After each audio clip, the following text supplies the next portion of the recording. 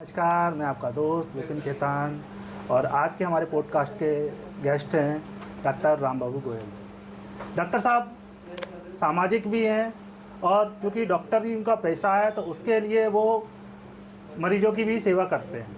तो आज के हमारे channel Vipin Khetan inspired by you में हम डॉक्टर साहब का बहुत बहुत स्वागत करते हैं कि आज उन्होंने हमें समय दिया और छोटा सा हमको एक सामाजिक एक इंस्पिरेशन की एक बात हमको जानने का उनसे मौका मिला।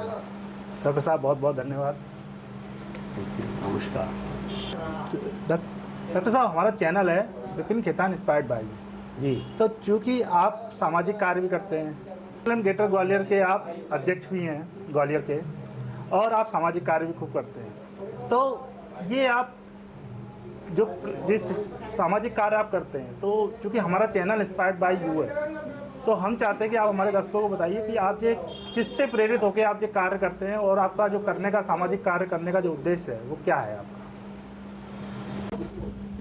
खेतान साहब, सबसे पहले तो आप सबका बहुत बहुत धन्यवाद करता हूं कि आपने अपने चैनल पर मुझसे बात करने का समय निकाला और मुझे इस लायक समझा कि मेरे कुछ अनुभव सामाजिक क्षेत्र में, राजनीतिक क्षेत्र में, धार्मिक क्षेत्र में, शैक्षणिक क्षेत्र में और मुख्यतः चिकित्सा के क्षेत्र में क्या हैं वो मैं आपको आपके साथ साझा जरूर करूँगा। आपने समाज के लिए विशेषतः मेरी निगाह में समाज की परिभाषा जाति से नहीं है। मेरी निगाह में समाज की परिभाषा सारा का सारा समाज हो, चाहे बनिया हो, ब्राह्मण हो, ठाकुर हो, कुछ भी हो, लेकिन अग्रवाल जो कि समाज में सर्वश्रेष्ठ अग्र means that the person who is forward, सबसे आगे है, वो माना जाता है। लेकिन उसकी स्थिति, चूँकि मैं भी अग्रकुल में पैदा हुआ हूँ, जन्म से देख रहा हूँ कि अग्रवाल पैसे में बड़ा हो सकता है। जहाँ तक ज्ञान की बात है, समझ की बात है, लोगों के साथ जुड़ने की बात है, वो दूसरों से ज़्यादा है, लेकिन इतनी नहीं है जिससे कि वो लोगों की मदद करे। जब मैं छोटा था तो देखता था कि लोगों का श्रेष्ठ लोग किसको माना जाता था। अधिकांश तक देखा कि डॉक्टर को श्रेष्ठ माना जाता है। उसके कई अनुभव मेरी ज़िंदगी में हैं। जैसे मेरे ग्रैंडफादर जो थे सांस के रोग से ग्रसित थे। मैं उस समय 7वीं 8वीं क्लास में था और मैं डॉक्टर नहीं था, मैं जानता भी नहीं था, लेकिन डॉक्टरों की कमी की वजह से मुझको उनको खुद इंजेक्शन लगाना पड़ते थे, जो कि मुझे सिर्फ कंपाउंडर ने बता दिया ऐसे लगा दो। तो मुझ में एक अनमें अनुभूति हुई, प्रेरणा मिली मुझे, क्यों ना मैं डॉक्टर बनूं, समाज के इस वर्ग को मैं सेवा करूं।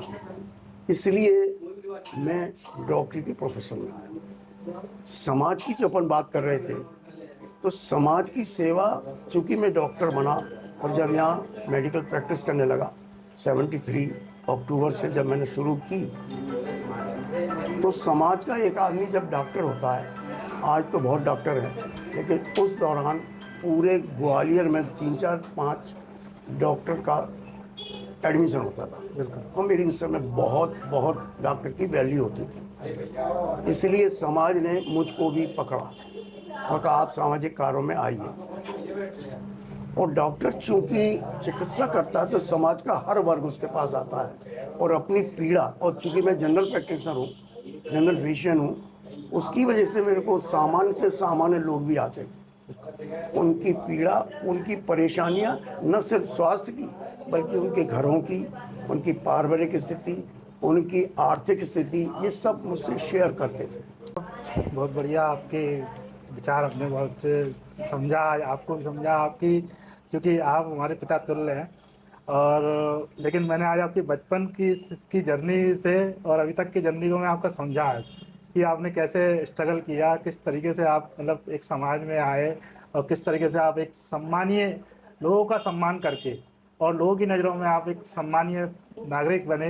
ये बहुत हमारे लिए गर्व की बात है और आज हम आपके साथ बैठे हुए हैं, ये बहुत बड़ी बात है। अच्छा डॉक्टर साहब, एक चीज़ पूछना था, आपकी अग्रमिलन ग्रेटर ग्वालियर की आप हर साप्ताहिक एक मीटिंग करते हैं, तो ये मीटिंग अब करीब 520 के आसपास मीटिंग जा रही है, और तो ये 520वीं जो मीटिंग जा रही है हर सप्ताह आप कर रहे हैं, तो ये मेरे ख्याल से आप काफ़ी सालों से करते आ रहे हैं। तो आपने ये कैसे आपके दिमाग में आया, विचार आया कि हम ये मीटिंग करें, और कैसे आपने मतलब कि आज एक छोटे उपनगर ग्वालियर से आपने पूरे शहर को जोड़ दिया, पूरे ग्वालियर को जोड़ दिया, तो ये कैसे आपने मतलब आपके दिमाग में ये विचार आया कैसे और किस तरीके से आपने जोड़ा? केदार भाई, चूँकि शुरू से ही जब से प्रैक्टिस कर रहा हूँ तो अग्रवाल समाज के संपर्क में आया, अध्यक्ष बना, अग्रवाल समाज का काम किया। मेरे कार्यकाल में हमने एक भोज किया था, सामूहिक भोज अग्रवालों के लिए किया था। उस जिस समय जेसी मिल बंद हुई थी उसके 2 साल बाद, तो लोगों ने, अग्रवाल समाज के लोगों ने बहुत ऑब्जेक्ट, कुछ लोगों ने, पर्टिकुलर ग्रुप था जिसने बहुत ऑब्जेक्शन किया और उसमें मेरे खिलाफ नारे भी लगाए और उस भोज को रुकवाने का बहुत प्रयत्न किया, लेकिन वो भोज हुआ। और अब उसके बाद ये परिपाटी पड़ गई कि भोज करीब करीब हर साल होने लगे। मेरा आशय उसमें ये था, उस भोज को कराने का, कि लोग साथ आएँ, जुड़ें। भोज एक ऐसी चीज़ होती है कि हम भी एक सामान्य जो कॉमन सेंस है कि आदमी जब कहीं जाता है तो वो चाहता है कि उसका सत्कार हो। वो सत्कार होता है चाय पानी नाश्ता, उससे होता है। आदमी भूखा नहीं, लेकिन अपेक्षा सबकी रहती है, क्योंकि ये मानव स्वभाव है कि मैं आपके घर आ रहा हूँ तो आप मेरा सत्कार पानी पिला के करें, चाय पिला के करें। तो ऐसे ही अगर वो समाज में आ रहा है तो वो चाहता है कि समाज में लोग सबके साथ बैठे, उनके साथ खाए। वो एक जो साथ में एक प्लेट में खाना, साथ में खाने से अपनत्व पैदा होता है। इस भावना के तहत मैंने ये काम किया था, लेकिन लोगों ने किसी कारणवश उसका विरोध किया, तो मुझे भी कहीं ना कहीं मैं उससे एक, क्योंकि मानव ये तो उन्हीं के अहम नजा परोवेदी गणना लगे थे शाम, वो वाला साहब तो है नहीं। या जो संस्कृत में कहते हैं गोदई सविता रक्त रक्तश्चात मनितदा संपदा जबिता महता में एक रूप था। महान पुरुष तो संपत्ति विपत्ति में एक से रहते हैं। बुराई मुझे भी अपनी हुई तो अच्छी नहीं लगी, उन्होंने जाने क्या क्या कहा, तो मैं समाज से 2-3-4 साल के लिए अलग हो गया। लेकिन समाज से अलग रह के आप रह नहीं सकते। हम किले पे घूमने जाते थे, सुबह वहाँ भी हमारा एक ग्रुप बन गया। तो लोग मुझे लोगों से मिलने की आदत है, तो मैं जो नहीं भी मिल रहा होता उससे मिलता हूँ, नमस्कार करता हूँ, और उससे वो प्रतिदिन मुझसे नमस्कार करने लगता है। ये मेरी आदत है, क्योंकि मैं चाहता हूँ लोग मुझे जाने और मैं लोगों को जानूँ। तो इस शायद हम किले पे जाते थे। एक अग्रवाल बंधु, आरएसएस से मैं बहुत प्रभावित रहा शुरू से, आरएसएस से मैं बहुत प्रभावित, उनके कई काम मुझे बहुत अच्छे लगते थे, और वे जानते थे कि मैं कांग्रेस का आदमी हूँ, फिर भी मुझे मैं अपने कार्यक्रमों में बुलाते थे।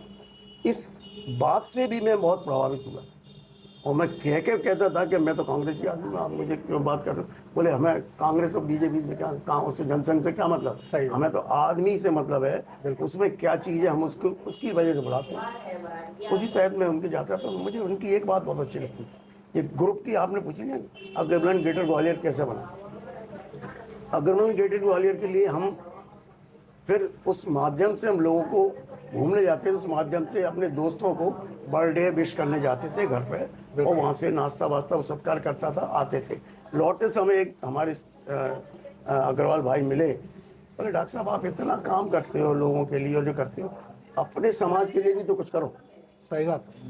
उन्होंने मुझसे कहा, मैं उसको अभी भी वो शब्द मुझे याद है, मैंने बताओ क्या करना है। बोले कुछ करना चाहिए। तो मैंने चलो आपके घर चलते हैं, और वहीं से हम उनके घर चले गए। घर पर बैठ के बात की, तो बोले क्या किया जाए। मैंने एक काम करते हैं, पहले हम एक जगह मीटिंग में बैठते हैं, फिर तय करेंगे क्या करना है। सबसे खास बात है मिलना। बिल्कुल। लोगों का मिलना जुलना करीब करीब ख़त्म सा हो गया। तो मैं उनके साथ उनके घर गया, हम 8-10 लोग थे। तो तय किया हमने, सबसे पहली मीटिंग महेंद्र अग्रवाल घास मंडी में जेडी मेडिकल स्टोर वाले थे, वो रिटायर्ड प्रोफेसर हैं, उनके घर पर रखी।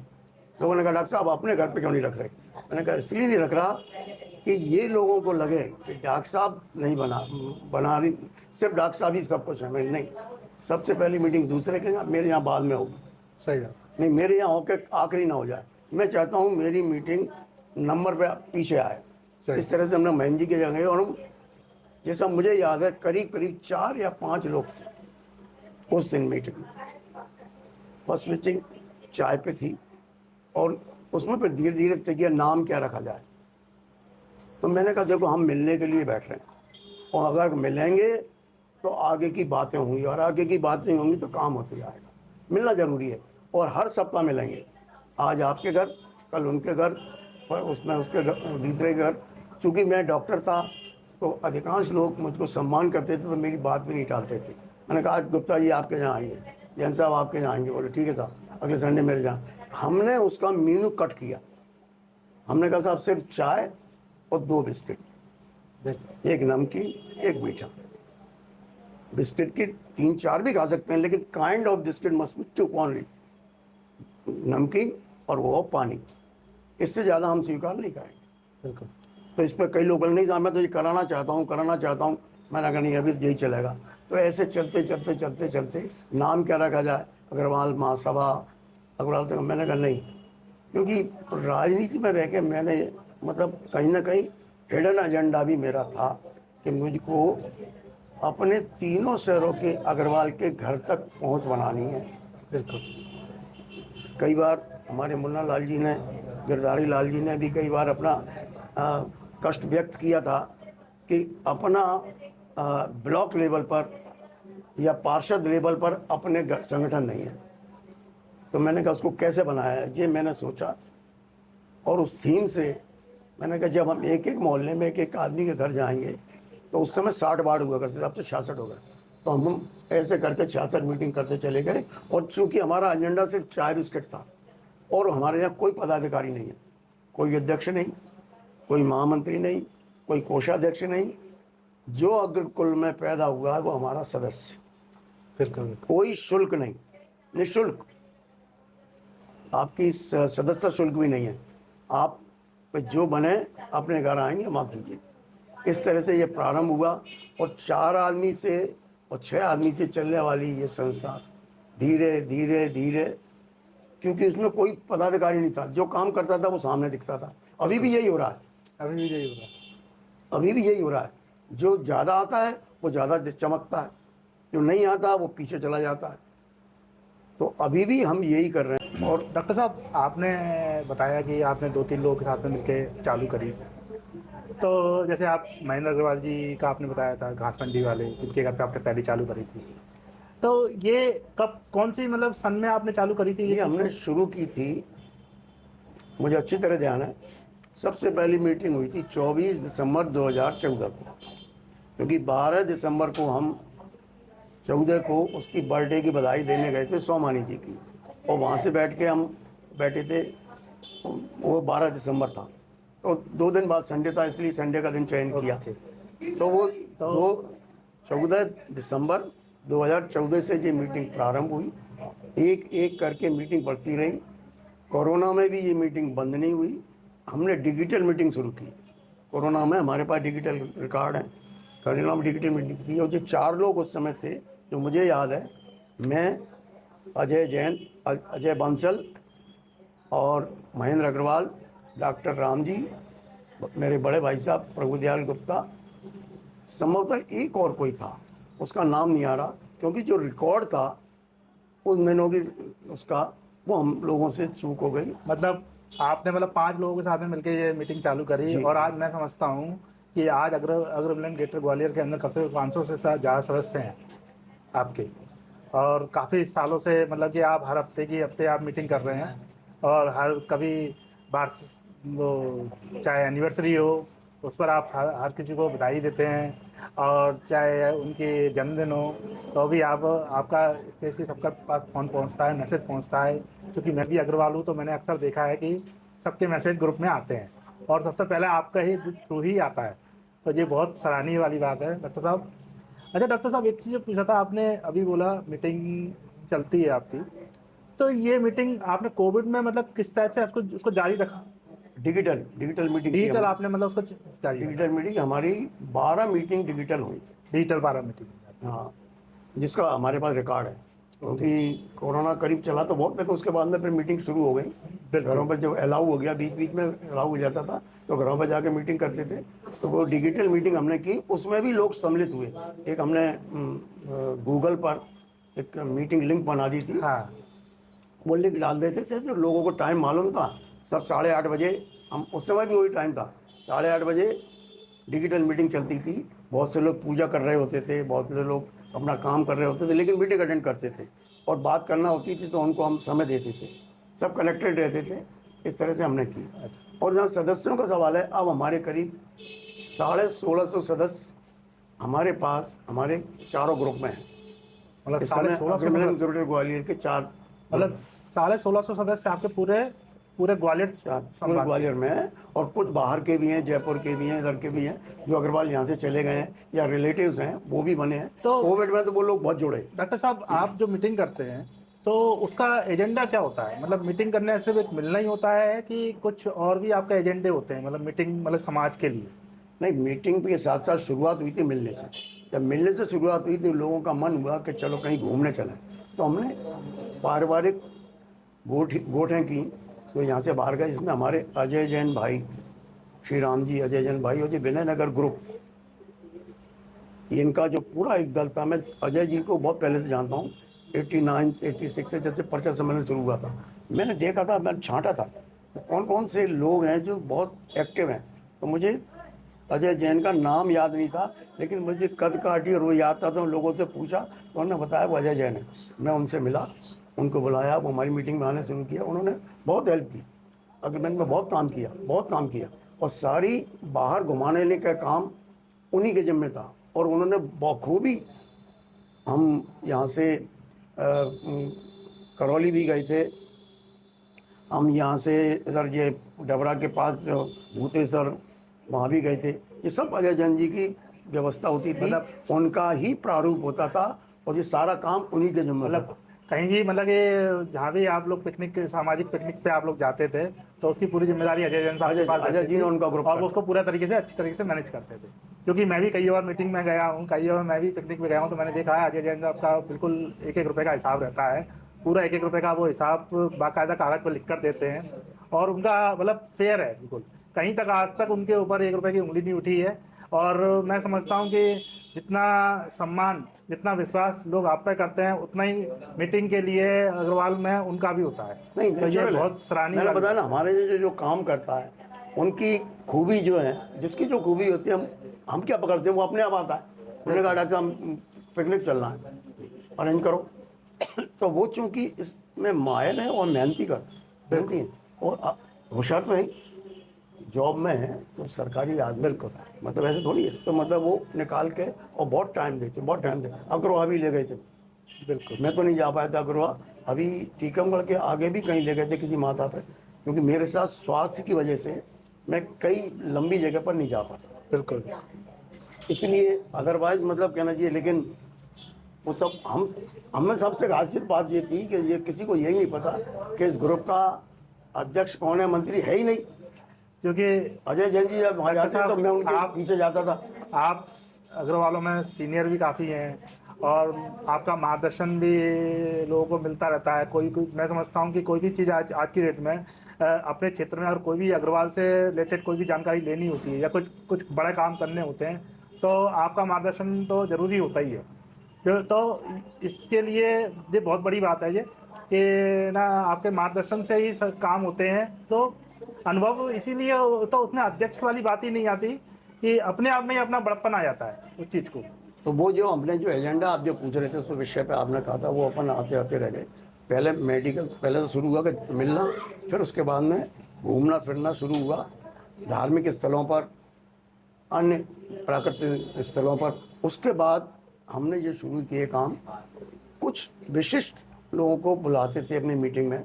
जैसे कोई इनकम टैक्स का एक्सपर्ट आदमी है, इनकम टैक्स के बारे में डिटेल चर्चा, कोशिश करते थे हम कि अग्रबंधु हमारा जो इनकम टैक्स में बढ़िया होशियार विशेषज्ञ है उसको बुलाते थे। कैंसर में भी हमने एक बार डॉक्टर जैन को बुलाया था, कैंसर के संबंधित, मेडिकल संबंधित। ऑर्थोपेडिक के लिए डॉक्टर मनीष अग्रवाल को बुलाया था। कई लोगों को हमने, मतलब डॉक्टर्स को या सामाजिक आदमी को, या अन्य कार्यों में जो महारत हासिल करते थे उनको हम अपनी मीटिंग में बुलाकर उनका आख्यान लेते थे और लोग उससे लाभान्वित होते थे। फिर समय के हिसाब से जो आप एजेंडा की बात कर रहे हैं मैं उस पर आ रहा हूँ। इन समस्याओं से ज़्यादा कुछ 8-10-5-7 साल से ये देखा जाने लगा कि समाज में बच्चे बच्चियों की शादी की बहुत अव्यवस्थाएं हैं, बहुत मुश्किलात आ रहे हैं। हम युवक युवती परिचय सम्मेलन समाज कराता है बड़े लेवल पर, उसके लिए एक तो खर्चा बहुत होता था और समय बहुत ज़्यादा चाहिए, व्यवस्थाएं बहुत करना पड़ती थी। तो हमने इसी में, या यूँ कहें आवश्यकता आविष्कार की जननी होती है, उस आवश्यकता ने हमको इस मिनी परिचय का जन्म दे दिया। बिल्कुल। और वो हमारी सभा में मिनी परिचय सम्मेलन होने लगा और धीरे धीरे लोग आके अपना बायोडाटा का वाचन करने लगे।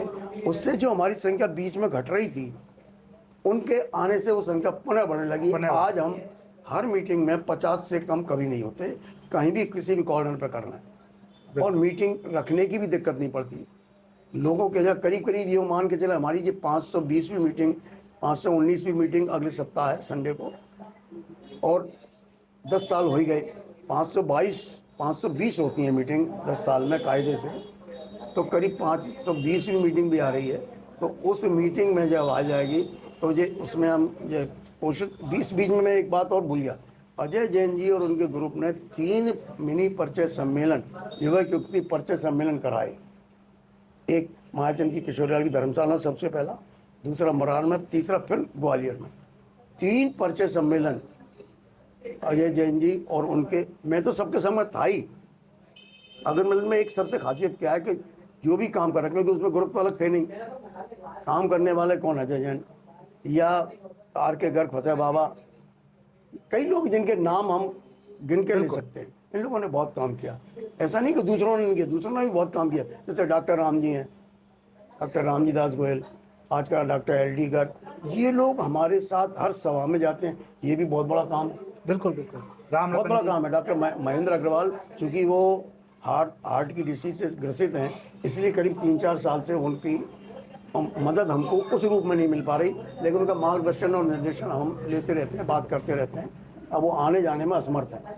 तो ये लोग स्तंभ हैं हमारी उसके, इनको हम कदे नहीं भूल सकते, और उसी की वजह से ये मतलब खड़ी हुई है। और मैं चलता हूँ ये चलता रहे, कारवां चल रहा है, और धीरे धीरे इसमें और भी चीज़ें जुड़ रही हैं। अब इसका 10वां वर्ष मनाने का, 11वां स्थापना दिवस हम मनाने जा रहे हैं। पिछले अभी श्रीमती ज्योतिराज सिंधिया जी ने अनुमति दी थी, लेकिन किन्हीं कारण बस वो समय नहीं आ पाया तो कैंसिल करना पड़ा। तो अब हम अपने जो स्थापना दिवस के साथ साथ, क्योंकि होली का त्यौहार है, तो 23 तारीख को होली का त्यौहार मनाएंगे और उसी में स्थापना दिवस मनाएंगे। ये प्रयत्न है अग्रवाल समाज के। उसमें हमारा मुख्य उद्देश्य है, अग्रवाल समाज के अतिथि तो रहेंगे ही। हम इस बार प्रयत्न कर रहे थे कि अपने समाज से अलावा भी हम लोगों को दिखाएं कि हमने 10 साल में क्या किया है, समाज को कितना उन्नत किया।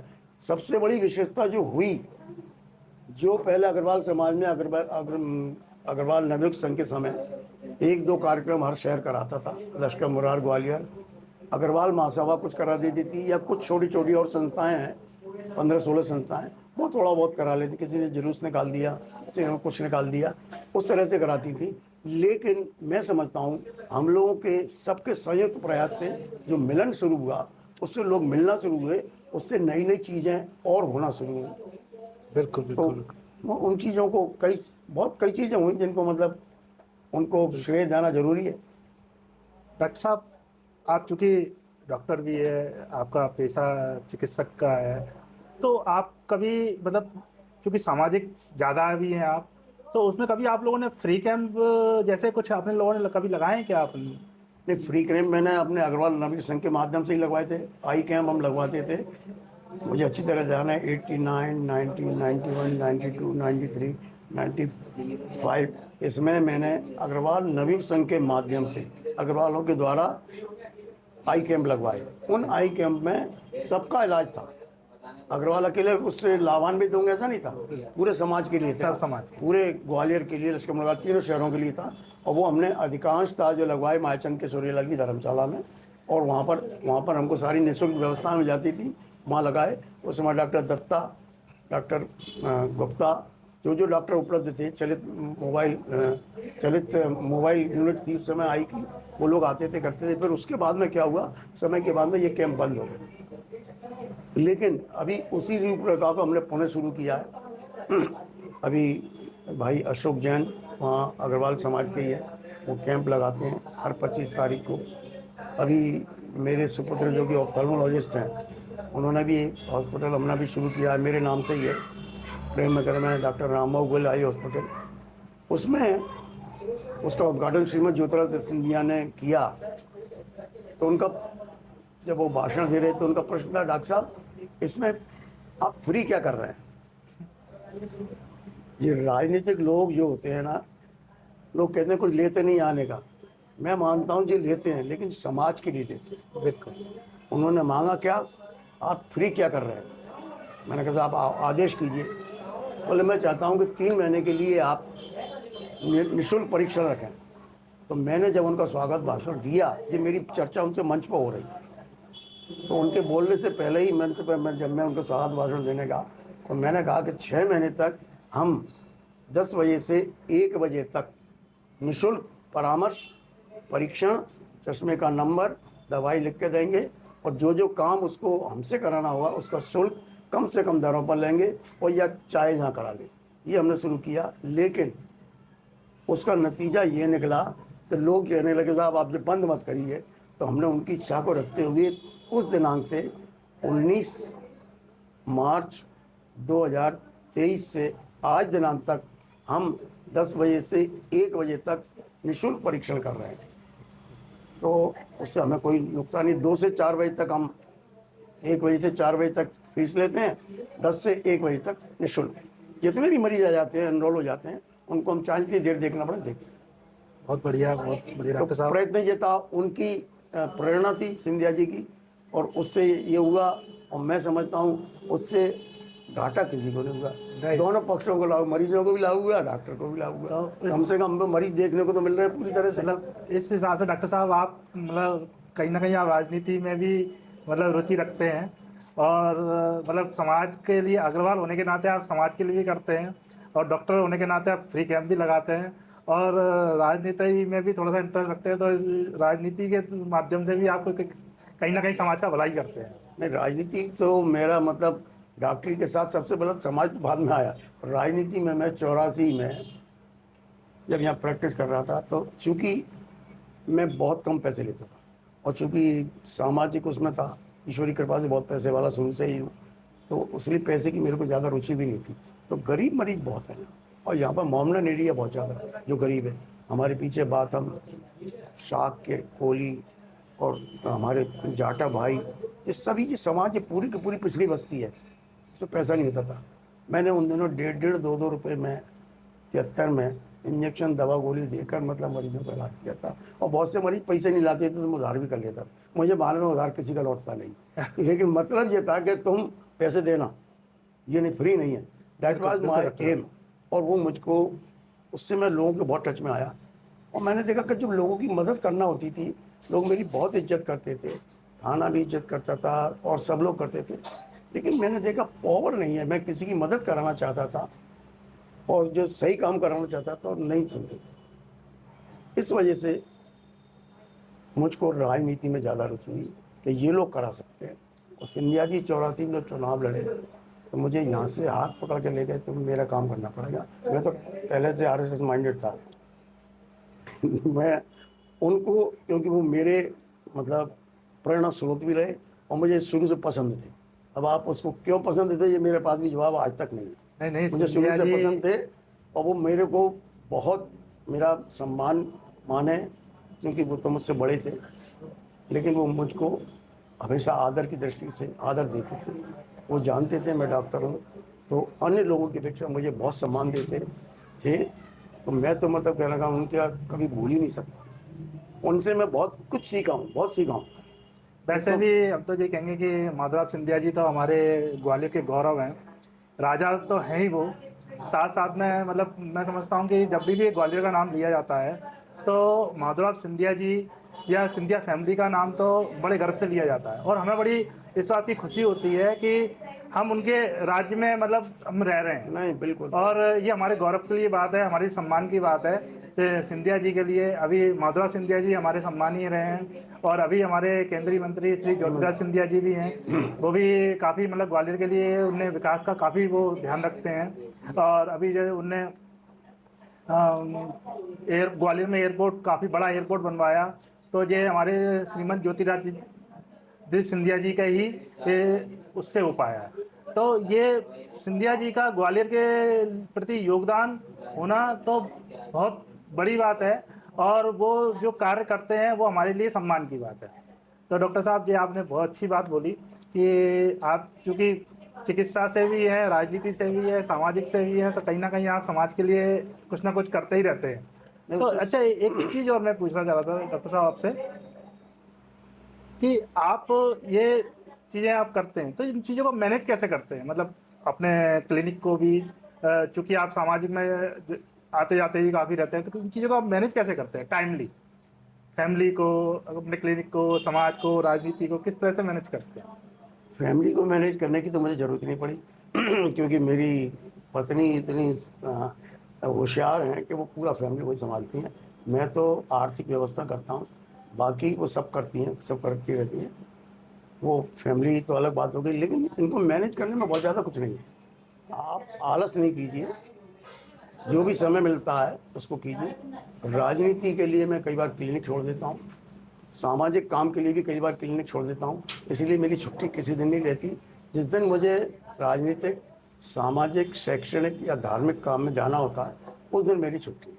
और चूँकि मैं फैमिली फिजिशियन हूँ तो मेरी कमी लोगों को खटकती तो बहुत ज़्यादा नहीं खटकती, क्योंकि इमरजेंसी होती है तो आजकल तो बहुत अच्छी सुविधा है कि हम टेलीफोन पर उनको बता देते हैं, व्हाट्सएप पर लिख देते हैं तो वो दवा ले लेते हैं और शाम को मिल ही जाते हैं। 4-5 घंटे की हमारी अनुपस्थिति रहती है तो कंपाउंडर्स रहते 24 आवर्स, वो संभाल लेते हैं। उन्हें मालूम है डॉक्टर आपका पैटर्न क्या है। तो डॉक्टर साहब, आज आपका इंटरव्यू लिया हमने, पॉडकास्ट किया, तो हमें बहुत अच्छा लगा आपसे, क्योंकि हमारा channel Vipin Khetan inspired by you. हम चूँकि क्या है कि ग्वालियर के में भी प्राइड लोग हैं, तो बड़ा गर्व होता है हमको आप लोगों के साथ में मिलकर, और हम चाहते हैं कि आपसे तो लोग सीख ही रहे हैं, क्योंकि हम चाहते हैं हमारे चैनल के माध्यम से भी वो कुछ आप ऐसी दो बातें उनके लिए बोलिए, हमारे यूथ के लिए बोलिए आगे, कि उनके भविष्य अच्छा उज्जवल बने, वो भी एक अच्छे नेकी के रास्ते पे चले, और वो कौन सी लाइन चुने कि जिससे उनका एक अच्छा भविष्य बने। तो थोड़ा सा हमारे यूथ को बताइए। सबसे पहले तो मैं आपको, चूँकि आए हैं, आपका जो चैनल है Vipin Khetan inspired by you, inspire brand, उसको मैं शुभकामनाएं और बधाइयाँ भी देता हूँ कि आप आए। अगर आप सही सोच के रखिए, क्योंकि और काम करना पड़ेगा आगे बढ़ने के लिए, उद्यम करना। मैं तो ज़िंदगी में 3-4 बातें जो ज़िंदगी में मैंने सीखी हैं, मनुष्य जन्म से नहीं कर्म से महान बनता है, बिना परिश्रम किए किसी को कुछ नहीं मिलता है, ईश्वर ना किसी की मदद करता है ना किसी को नुकसान पहुंचाता है, ईश्वर उसके द्वारा किए गए कर्म का फल उसके ही द्वारा दिलवाता है। और जहाँ तक आपकी सफलता की बात है, आप चलते रहिए, रास्ते अपने आप खुल जाएंगे। हम 4 से, और आज 50-60 की संख्या हर सप्ताह हो रही है। आप अभी छोटे हैं, इतना बड़ा चैनल आपका बनेगा यदि उस रास्ते पर सही दिशा में चलते रहेंगे। बिल्कुल। प्रकाश को कोई नहीं रोक सकता, थोड़ी समय के लिए धीमा कर सकता है, लेकिन प्रकाश आपकी कार्य क्षमता, आपकी शैली है, कोई नहीं रोक सकता। इसलिए मेरी पुनः शुभकामनाएं, और कोई भी समाज के लिए उसके लिए ज़रूरत हो, मैं अपना कोशिश करता हूँ, अगर धन से ज़्यादा नहीं खर्च कर पाऊँ लेकिन उसके साथ खड़े रहने की, उसकी सहायता करवाने की कोशिश ज़रूर करता हूँ। कि धन से किया हुआ सहायता थोड़े समय की रहती है, लेकिन साथ की सहायता ज़िंदगी भर उसको याद रहेगी। मेरा तो मोटो यही है, और कोशिश करता हूँ जो मेरे में कमियाँ हैं उनको अच्छे अच्छे लोगों से मिलके थोड़ा दूर करने की कोशिश करूं। कि कमियां दुनिया में सबको होती हैं, ईश्वर करे कि मैं कुछ और लोगों की मदद कर पाऊं जो बाकी के मेरी एज 23 साल की बची है, उसको अच्छी तरह से जीकर लोगों के लिए कुछ कर पाऊँ और इसी तरह स्वस्थ बना रहा हूँ और आप लोगों के साथ मिलता जुलता रहूँ, बिल्कुल यही। और आपकी चैनल की प्रगति, उन्नति और सफलता के लिए ईश्वर से कामना करता हूँ। बिल्कुल। तो दोस्तों, आज हम डॉक्टर साहब से मिले, आज हमने उनका इंटरव्यू किया और सबसे बड़ी बात है आज हमने उनका एक इंटरव्यू नहीं किया, आज हमको उनको पूरे जीवन की जानकारी मिली है। और मैं चूँकि उनके बच्चे समान ही हूँ और मैंने उनसे आज इतना कुछ सीखा कि जिसकी शायद मैं कल्पना भी नहीं कर सकता। और मैं समझता हूँ कि आज मतलब डॉक्टर साहब का इंटरव्यू करके मतलब मेरे को बहुत कुछ अपने आप में जीवन में बदलने को मेरे को मौका मिला। और मेरे ही चैनल के माध्यम से जो डॉक्टर साहब ने जो इंटरव्यू दिया, तो वो आज अगर आप लोग भी देखते हैं तो आपको भी उनमें काफ़ी कुछ अपने जीवन में चेंज करने को मिलेगा और डॉक्टर साहब से बहुत कुछ सीखने को मिलेगा। तो दोस्तों, आज के लिए बहुत बहुत धन्यवाद। मेरा अगर वीडियो अच्छा लगे, डॉक्टर साहब का इंटरव्यू अच्छा लगा है तो प्लीज़ कृपया कर उसको लाइक करें, सब्सक्राइब करें और अच्छा लगे तो एक बार कमेंट जरूर करिए। तो दोस्तों, बहुत बहुत धन्यवाद। Thank you.